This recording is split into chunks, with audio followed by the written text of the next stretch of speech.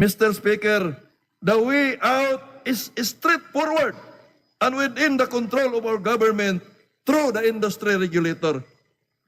A simple reformatting of our electricity bill that will exclude certain items from the gross receipts of the bill, like VAT on systems loss and lifeline rate, for instance, is a tax that should have been removed.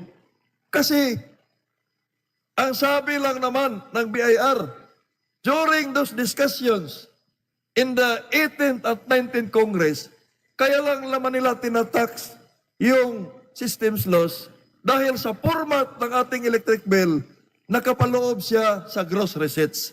At dahil ang provision ng ating National Internal Revenue Code ay lahat ng gross receipts items ay taxable, kaya nagkaroon ng VAT, pati yung kuryente na hindi natin ginagamit.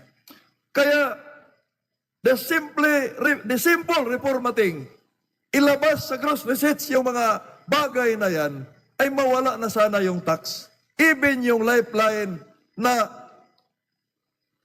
binabayad natin doon sa mga benefits sa lifeline customer, senior citizen, ang nagbabayad niyan ay yung mga hindi abilir.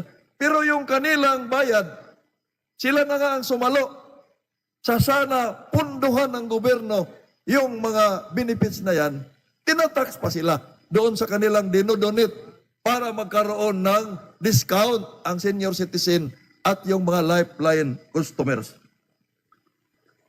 A simple reformatting, I would emphasize and reiterate, this is only a simple reformatting of our electric bill format.